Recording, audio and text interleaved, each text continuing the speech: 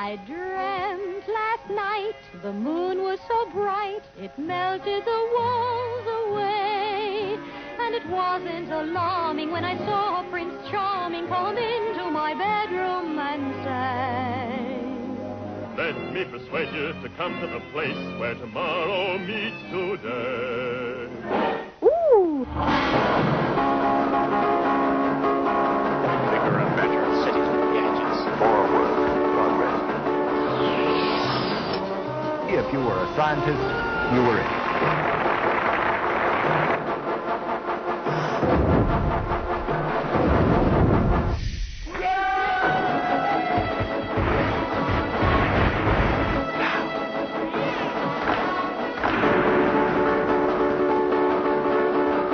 Your excellent science, I'm your faithful servant.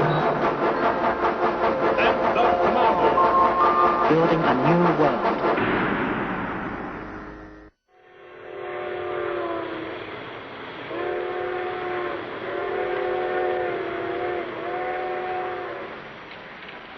When did all this begin, Dad?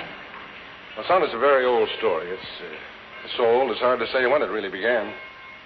Could have been back in 1540 when Copernicus identified the Earth as a speck of dust moving in an orbit around the sun. Or it could have been in 1905 when a young German physicist arrived at a fundamental truth, that matter could be converted into energy and expressed it in the equation E equals mc squared. Then there were other dates. 1937, the first industrial atom smasher. 1942, the first nuclear chain reaction. 1945, the bomb. Somewhere in the course of these events, the dawn came up on the atomic era. It's going to have a tremendous effect on our town down there, son.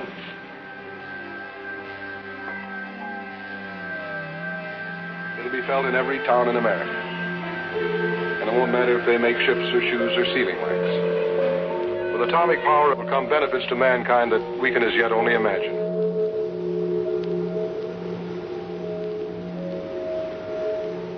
I've got to call the governor. Sir, I do. I think you've got to talk to him immediately. Do it immediately. We're operating almost totally in the blind. His information is ambiguous. Mine is non-existent. I don't know, a couple of blind men now have to stagger around making decisions.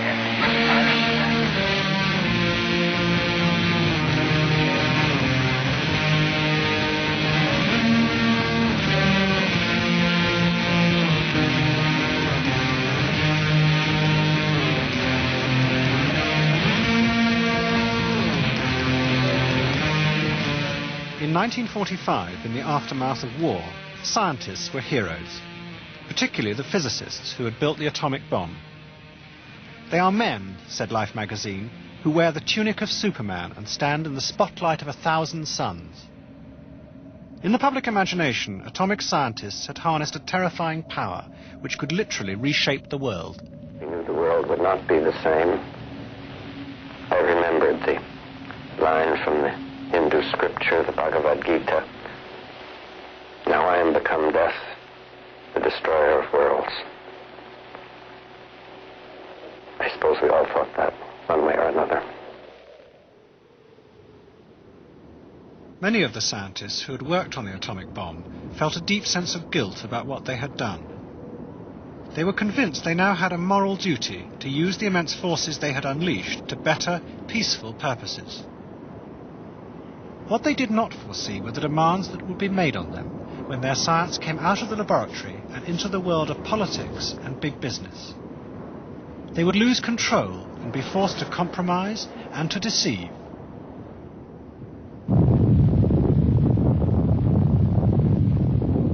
So all of a sudden we found that as scientists and technologists, we were capable of changing in a massive way the framework in which society functioned.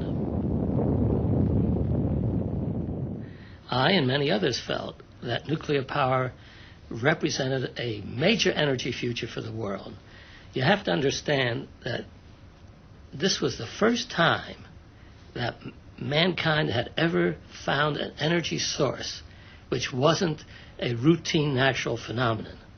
Fire, of course, comes every time a lightning strikes a forest. Nuclear power was something else completely. We made it. And our ability to give the world what appeared to be, and still does appear to be, a limitless energy source for the future, was to any scientist and engineer probably the most exciting philosophic concept you could find.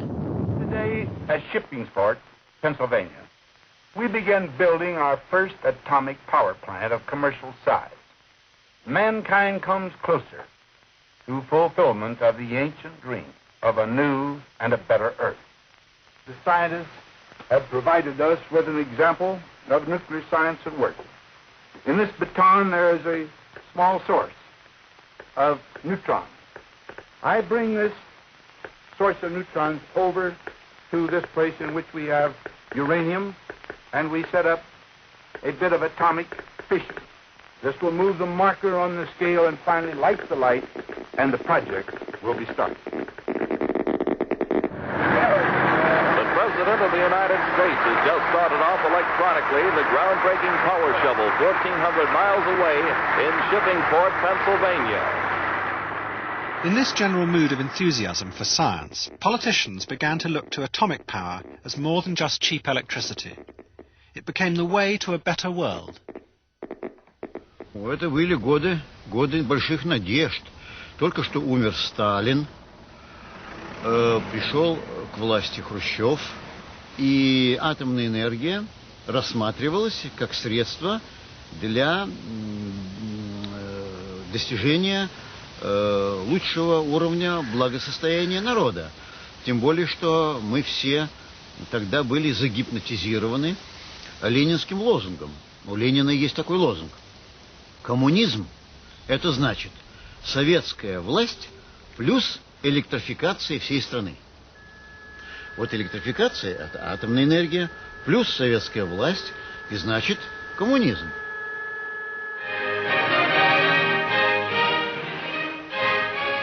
At the very same time as Eisenhower began construction at Shippingport, Russia suddenly announced it had already built the world's first nuclear power station. What the Soviets did not reveal was that it took more electricity to run the plant than it produced. Then in 1956, another country entered the nuclear race. In this case, the atom's role was to recapture the glories of the past. Tomorrow, Her Majesty the Queen, here at Calder Hall in Cumberland, is to open the first nuclear power station in the world to operate on an industrial scale. Our prosperity in the Victorian era, wrote the government's scientific advisor Lord Cherwell, was due to the men who put Britain 80 years ahead in the use of steam power. Our prosperity in the coming century will depend on learning how to exploit the latent energy in uranium. Uranium. Well, now that is uranium. That little black thing I'm holding in my hand, 2 pounds of that size of uranium.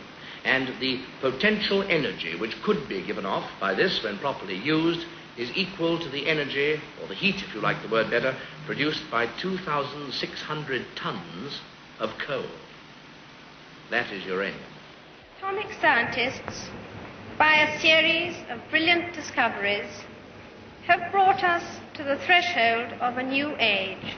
It is with pride that I now open Calder Hall, Britain's first atomic power station. The British government announced that by 1965, half the country's electricity would come from nuclear power. Now, Dr. Leslie, we, see, it seems to me, in the building of this great place and its operation, have actually got ahead of the Russians and of the Americans. Yes, the atom is on its way to brighten our towns and to help manufacture our most dependable and indispensable household servant. In the late 50s, the Atomic Energy Commission made films that portrayed an atomic future in America. Scientists designed nuclear cars, planes, and rockets. Others predicted whole new cities powered by vast atomic engines. If somehow a product could be atomic, it had to be good. The family car, which are now being developed with atomic energy. Even your toothpaste may be a product of the atomic age. Да, я считаю, что, в общем, это был золотой век физики. И вообще появление энтузиазма у ученых, у специалистов, что они многое могут. Вот, что у них какие-то большие возможности появляются. Science for the world. A dynamic world moving rapidly, flying, reacting to flashes on the radar screen, watching schedules where everything is calculated down to seconds and fractions of seconds. Science has permeated our very existence and can no longer detach itself.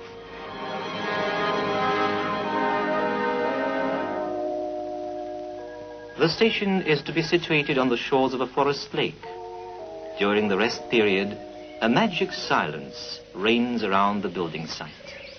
But now, just when the scientists were being swept along on a wave of publicity, they began to discover it was going to be far more difficult to produce nuclear power than they had first thought. The problem was the cost of building the reactors. They were proving too expensive to compete with conventional fuels. In the Soviet Union, this led to increasing pressure to build fast, often without proper protection from nuclear radiation. In February 1957, the planner in charge of the whole nuclear power program died from an accidental burst of radioactivity. Давили на нас, конечно, экономические факторы. Желание сделать подешевле, подоступнее эту энергетику, эту энергию. Ну, естественно, хотя мы понимали, что надо делать станцию безопасно и так далее, но все-таки экономика, она очень сильно владела нашим сознанием. Они настолько быстро двигались, что кое-что не успели просто еще сделать. И поэтому, может быть, мы недостаточно уделяли внимание рассмотрению вопросов обеспечения безопасности, в особенности в части тяжелых аварий. Then, in October 1957, there was a major accident in Britain. Emergency at Windscale Atom Plant, and the milk from 200 square miles of farmland is condemned as radioactive. The core of the reactor caught fire and spewed high levels of radioactivity across northwest England. The radioactivity released was far worse than the public was told. It led some scientists to question the speed at which the technology was being pushed to compete with fossil fuels. They included the scientist who had built Windscale, Christopher Hinton. He had been put in charge of implementing the government's plans for cheap electricity. Hinton was a thoroughly honest man, and when he found that all sorts of bogus tales had been told about the relative costs of electricity from nuclear energy, he was shocked. He told me this, that he was absolutely shocked.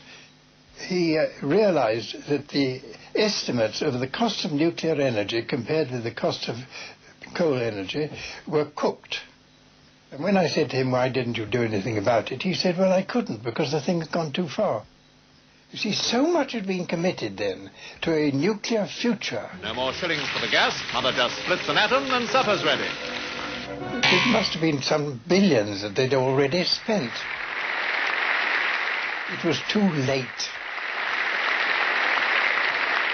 It is, of course, a cliche that we're living at a time of such rapid scientific change that our children are accepting as part of their everyday life things which would have been dismissed as science fiction a few years ago. We're living perhaps in a more rapid revolution than some of us realize. The politicians were now committed to nuclear power. In 1960, a Labour politician, Anthony Wedgwood Benn, suggested an idea for a party political broadcast. To the hymn Jerusalem, the camera would rise from waving fields of corn to reveal an atomic plant. The conscious, planned, purposive use of scientific progress to provide undreamed-of living standards and the possibility of leisure, ultimately, on an unbelievable scale.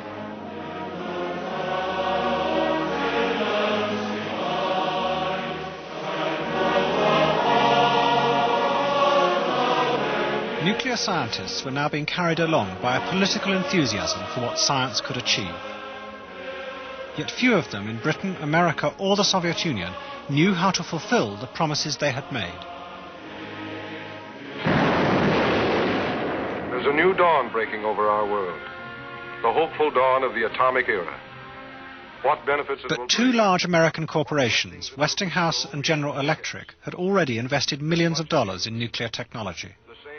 For them, there was no way back. In 1961, the new chief executive of General Electric told his staff, we're going to ram this nuclear thing through. We can move forward but to new and even greater achievements in the atomic era. This is the hope that awaits us in this new dawn's early light. Control over nuclear technology had passed from the scientists to the industrialists. They were now about to take an enormous gamble to make nuclear power not only practical, but profitable. I'm Bert Wolf. I had General Electric's Peaceful Nuclear Power Program. And this is a building which is made to model an actual boiling water reactor. We can come right over here to a facility where down low in the cavity there is the boiling water reactor. General Electric and Westinghouse took the simplest form of nuclear reactor, originally designed for submarines, and redesigned it on a gigantic scale. These were then offered to power companies at knockdown prices. The manufacturers decided to bear any extra costs themselves. They gambled they could start a bandwagon which would make the nuclear business profitable. The key figure was the salesman. We would sell one at a time, and each time we sold one, we'd have a celebration. I can recall when we'd have meetings and someone would come in and said, we sold a plant to somebody, and we'd all stand up and shake hands and go out for lunch and have wine and toast each other. It was a great celebration. Then in the late 60s, we began selling these by the tens, so it became a real business. The plants were sold often before they had even been designed. The power company accepted on faith the manufacturer's claims that because the reactors were big, they would achieve economies of scale. These sales were then cited to the next buyer as proof of the soundness of the manufacturer's claims. In the process, the reactors became bigger and bigger. And it worked. The two corporations sold dozens of plants at home and abroad. Only Britain refused to succumb. A giant of limitless power at man's command. Man is building a brighter future for his children and his children's children in the new world of the atomic age. But senior nuclear scientists were worried about safety in these enormous plants. At the center of the reactor was the uranium core. Its heat powered the generators. The cores were now so large that if for any reason the flow of water to keep them cool were lost, they would melt. The scientists feared that such a core could then burn its way through the floor of the containment shell. In theory, there would be nothing to stop it emerging on the other side of the world. They called it the China syndrome. The doubters included Alvin Weinberg, the man who had designed the original submarine reactor. As long as the reactor was as small as the submarine intermediate reactor, which was only 60 megawatts, then the containment shell was absolute. Now, that's not quite right because... When you say the containment shell was absolute, do you mean it was safe? It was safe. But when you went to 600 megawatt reactors and 1,000 megawatt reactors, you could not guarantee this because you could, in some very remote situation, conceive of the containment being breached by this molten mass. And that change, I would assert, occurred as a result of this enormous economic pressure to make the reactors as large as possible. In 1964, a team of scientists working for the Atomic Energy Commission studied the possible consequences of a nuclear accident. They concluded, "We have found in our present study nothing inherent in reactors or in safeguard systems as they now have been developed, which guarantees either that major reactor accidents will not occur or that protective safeguard systems will not fail. Should such accidents occur, very large damages could result." And that's when the nuclear dream began to fall apart. In 1965, scientists advising the Atomic Energy Commission tried to force the manufacturers to make their reactors safer. Good evening. Well, as I'm sure you've heard, we're going to have an atomic power plant here in New York. The Atomic Energy Commission has granted to Consolidated Edison permission to build a nuclear steam electric generating station at Indian Point in Westchester County. Westinghouse had already built a small atomic plant at Indian Point. Now they applied to the AEC for a license to build a giant reactor on the same site. At the same time, General Electric proposed a massive plant just outside Chicago. The scientists on the Advisory Committee on Reactor Safeguards were worried that a core melt so close to large cities could cause a disaster. They drafted a letter to the chairman of the AEC, Glenn Seaborg, which would by law have to be published. It said they would only agree to the plants if the manufacturers redesigned all future reactors to stop a molten core escaping if an accident, however unlikely, occurred. Seaborg was an ardent proponent of large reactors. We think that it will be possible to build huge nuclear power reactors that will produce electricity at the rate of millions of kilowatts and desalt seawater at the rate of hundreds of millions of gallons a day. Seaborg asked for the letter not to be published. The impact on the industry might be serious, he said, and the public might misunderstand it. He and his fellow commissioners would deal with the problem in private. All I can say is that we tried to take such steps as we could to follow their advice, to make the changes that would make them safe. So what did you say to the manufacturers? We had meetings with the manufacturers and discussed the issue with them. I think they were doing the best they could, and I don't know that we ever made a tremendous push to try to get them to change their whole manufacturing system. Why not? Oh, I think it was, at that time, not regarded as a feasible approach. We asked General Electric to come in and discuss how they might cope with this, and in effect they came in and showed problems that would arise with their containment and indicated they didn't think they wanted to continue selling power reactors if they were going to have to deal with the core melt problem. Westinghouse showed something called a core catcher, but no proof of how it would work. Neither company was anxious to deal with the problem, obviously. Well, General Electric, in effect, threatening you. They're saying, if you insist on this, then we'll just pull out of this. It was a kind of threat, I think, yes. What would have happened if you had said, I think these plants that are being built, these enormous plants by General Electric and Westinghouse, are potentially dangerous? What would have happened if you'd said that? Well, that's a hypothetical question. You had the power to do it. What would have happened? I don't think we had the power to stop them. Well, we could have refused to license them, of course. But again, I think that in the context of the times, it's not a question that makes much sense. Indian Point and the other reactors were built without the redesign the committee had asked for. Instead, the AEC ordered a massive upgrading of the capacity of the emergency cooling systems to prevent a core from ever melting. In effect, the manufacturers had got their way, but they had set a terrible trap for themselves.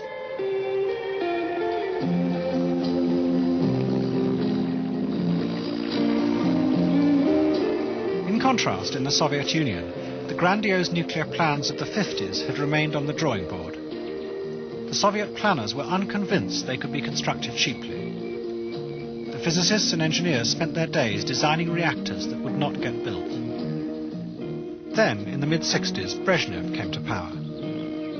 He believed that the road to communism lay through giant technological projects. The nuclear power program began again. It was dominated by Anatoly Alexandrov, a famous physicist who had designed what was known as the RBMK reactor.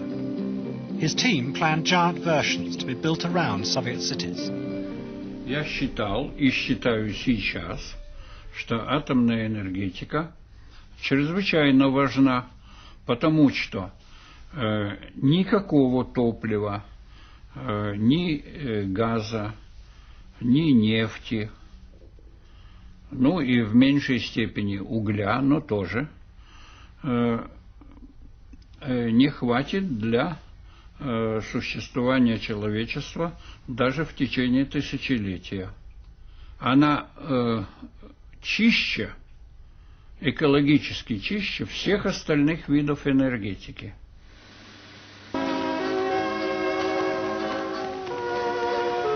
The idyllic picture of a nuclear Eden masked a reality in which safety was barely even considered.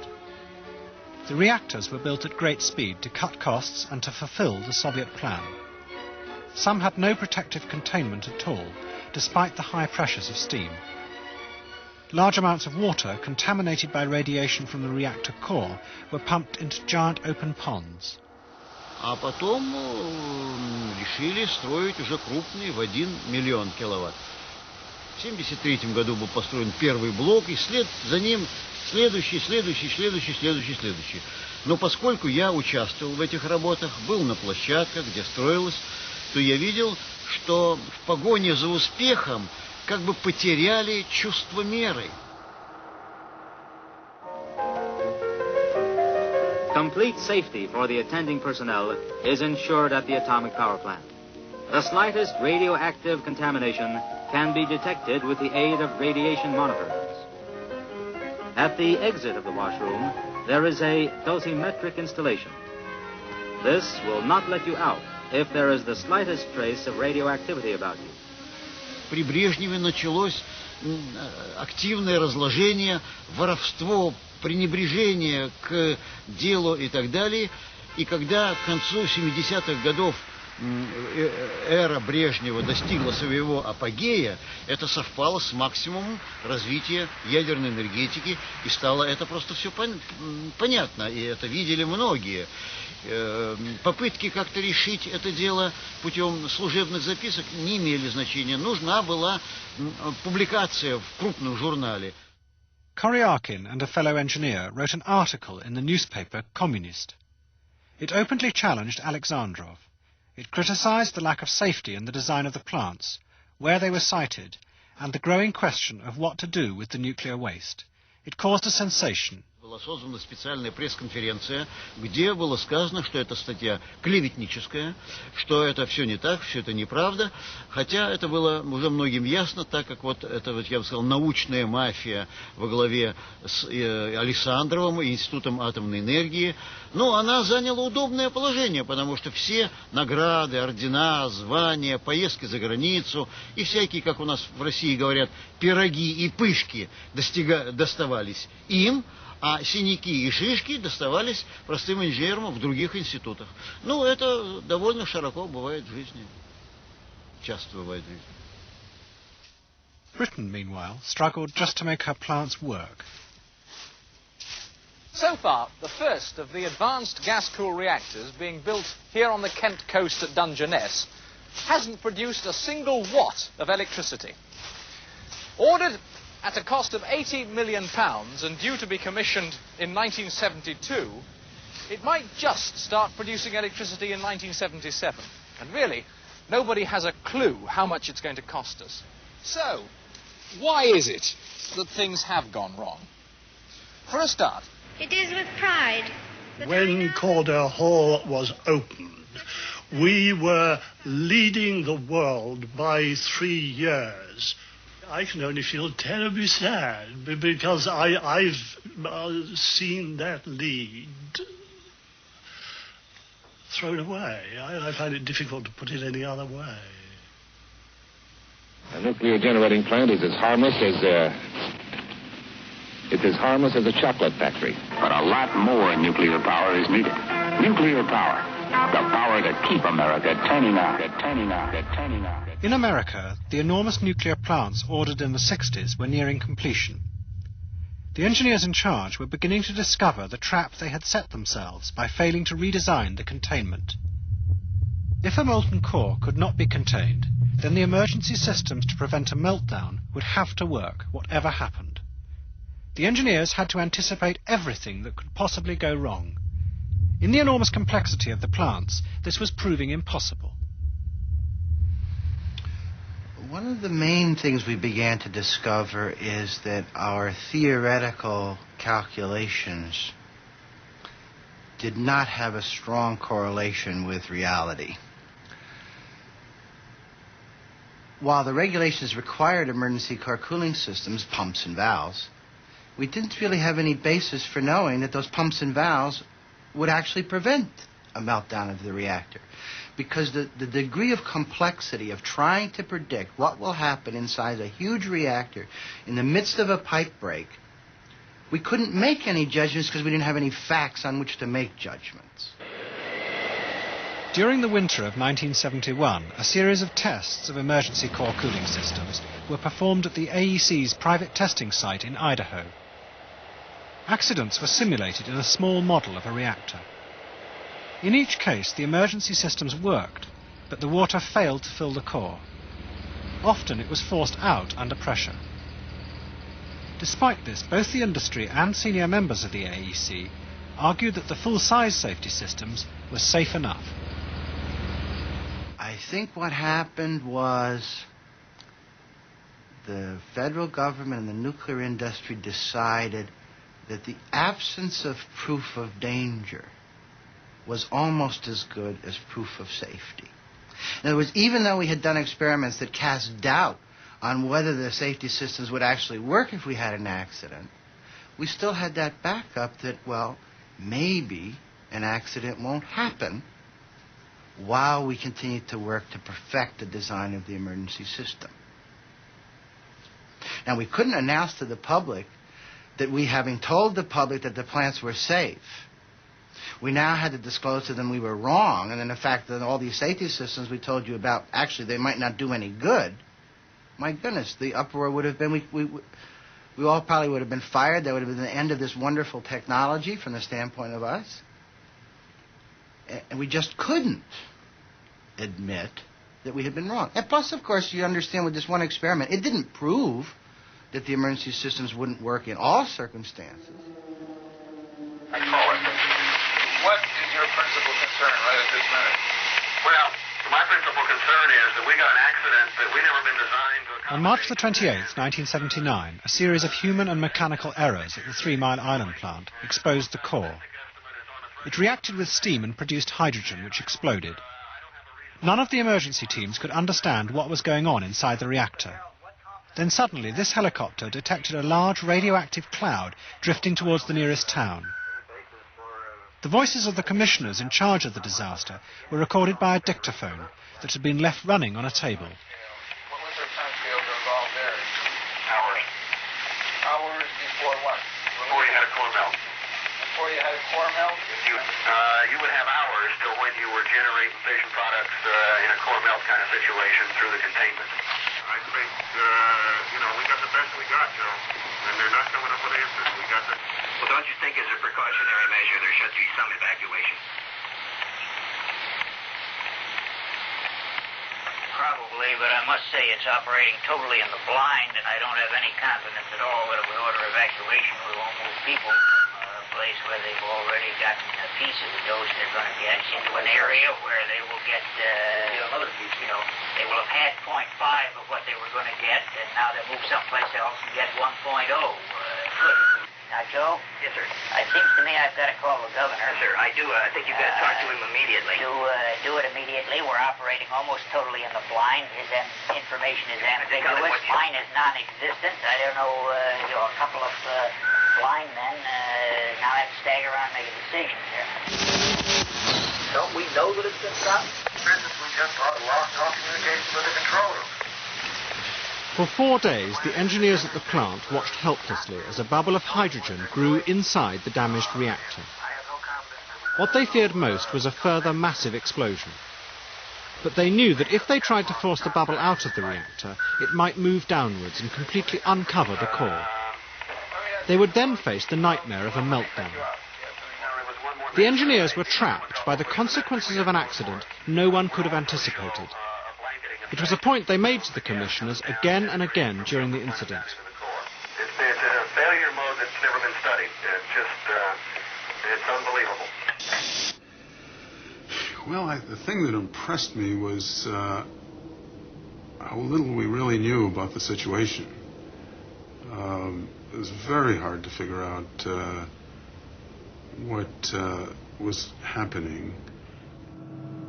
There was a lot of confusion on everyone's part, both on the company's part, the government's part, and a lot of other people who were participating. And I think this had a very strong effect on the public. Basically, to see all the men in the white suits or white lab coats who are supposed to know on TV basically scratching their heads made a lot of people wonder whether things were as much under control as they had been told. 3 Mile Island. The President's Commission estimated the cost of the accident could reach $1.8 billion. That's a lot of money to pay for a power plant that may never work again. But 3 Mile Island wasn't the first nuclear accident, and it won't be the last. In 1979 alone, there were 20 nuclear incidents that could have led to the catastrophic meltdown of an American nuclear power plant. Don't get sold on nuclear power. We can't pay the price.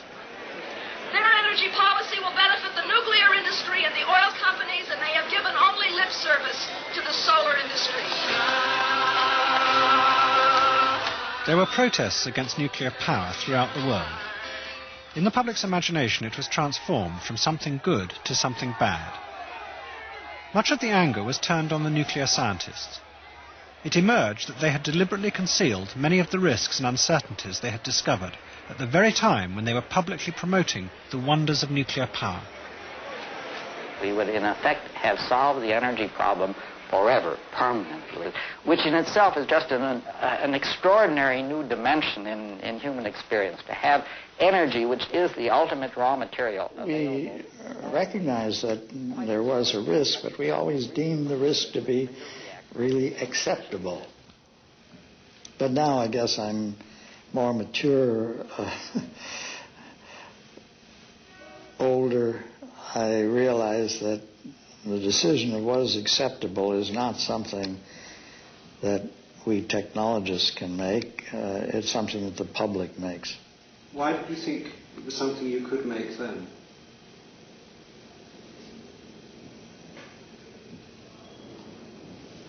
You know, I guess it never occurred to me to ask this question.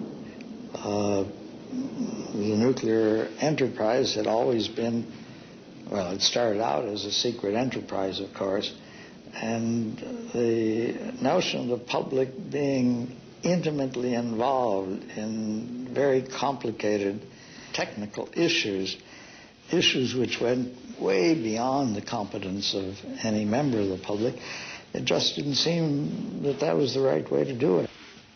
And I think the basic question is, can modern intrusive technology and liberal democracy coexist? The power rises sharply. The rated power level is exceeded. I keep in my safe records of the operator's telephone conversations on the eve of the accident. It makes one's skin crawl to read them. One operator telephones another and asks. The program here states what must be done, but a lot has been crossed out. The other thinks for a moment and then says, act according to what has been crossed out. In Kiev, we set off for the nuclear power station.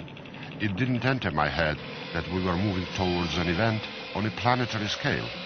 On the following day, when I went into the ruins of the reactor in an armored troop carrier, I had that sense of anger, that there were no solutions, no technical remedies worked out in advance.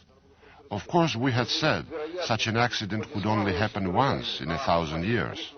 But who said that this once would fall in our year 1986?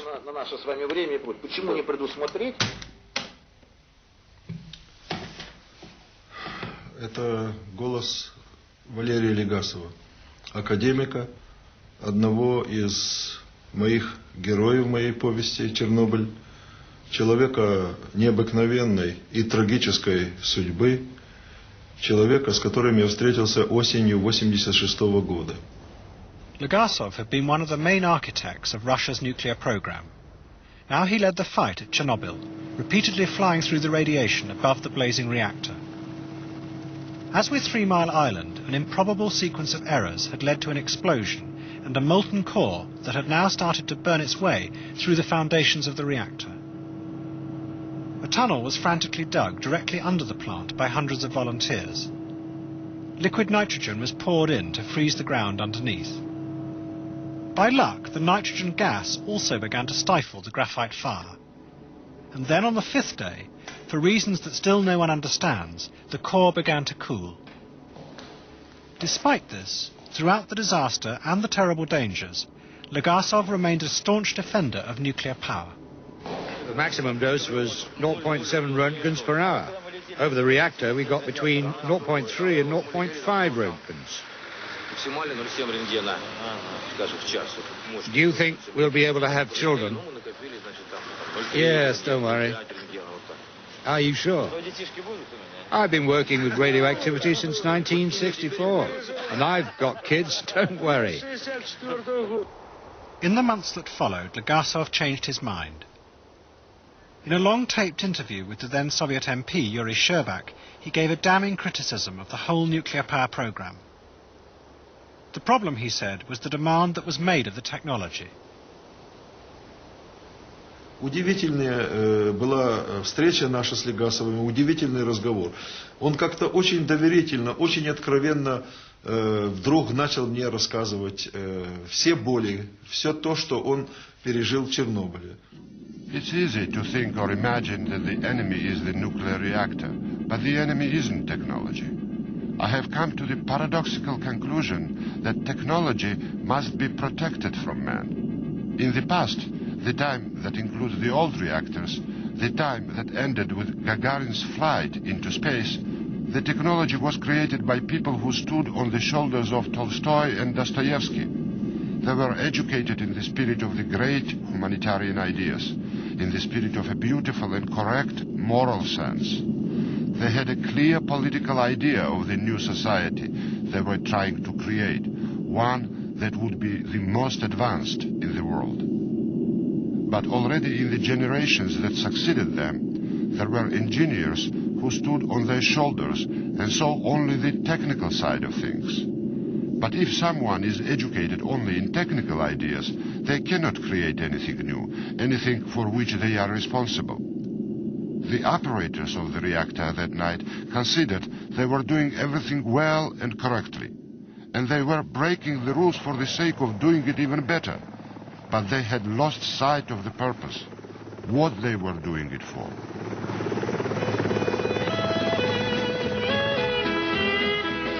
Then 2 years to the day after the accident, and for unknown reasons, Valery Legasov committed suicide.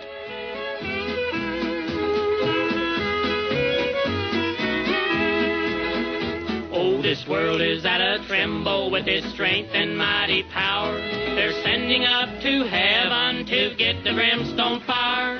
Take warning, my dear brother, be careful how you plan. You're working with the power of God's own holy hand.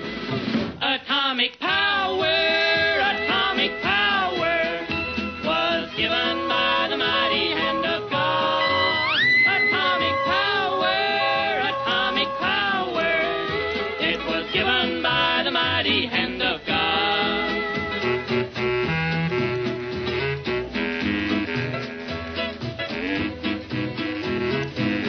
In the golden age of science, at the time when society had its most optimistic view of science, it basically had a wrong-headed view of science.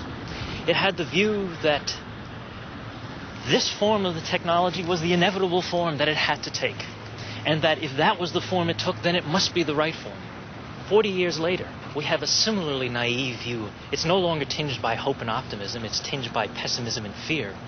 But we still have this view that society can't shape technology, that the form that the technology takes is the form we must accept. And just as it wasn't true in 1950, it's not true today. This is not a story of technology run amok, although that's how many people would understand it to be.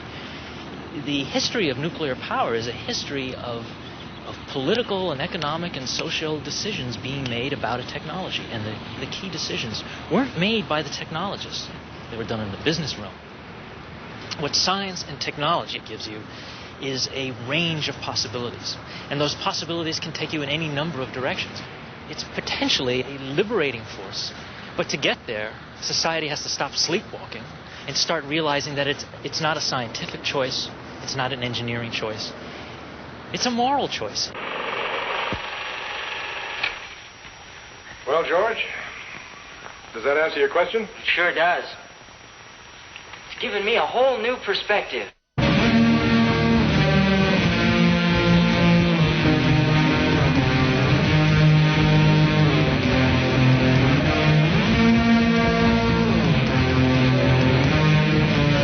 After World War II, there was a scramble between America and the USSR to develop ever more powerful nuclear arsenals. If you're a digital satellite viewer, press red to find out more. Next here on uctv History, we look at the definitive account of Hitler's death.